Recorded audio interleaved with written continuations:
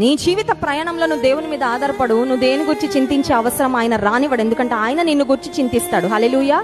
God will worry about your tomorrow, so you don't have to worry about your self.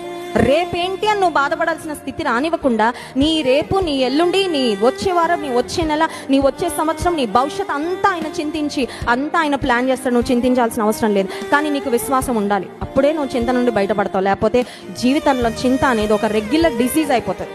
అర్థమవుతుందండి? కొన్నిసార్లు డాక్టర్లు అంటే ఈ వ్యాధికి జీవితాంతం మందులు వేసుకుంటానే ఉండాలమ్మా. నీ జీవితంలో విశ్వాసంలో నువ్వు ఎదగడం, దేవుని మీద ఆధారపడడం నేర్చుకోకపోతే చింత అనే వ్యాధితో, ఆ మానసిక సమస్యతో జీవితాంతం బ్రతుకుతానే ఉండాలి. Do you still want to stay that way? అలానే ఉండాలనుకుంటున్నారా? బాధిస్తూ, బాధపడుతూ, చింతిస్తూ, ఎదుటి వారిని చింత పెడుతూ అలా ఉండాలనుకుంటున్నారా? లేకపోతే నా చింత యావత్తు నేను దేవుని మీద వేస్తాను, దేవుని మీద ఆధారపడతారా?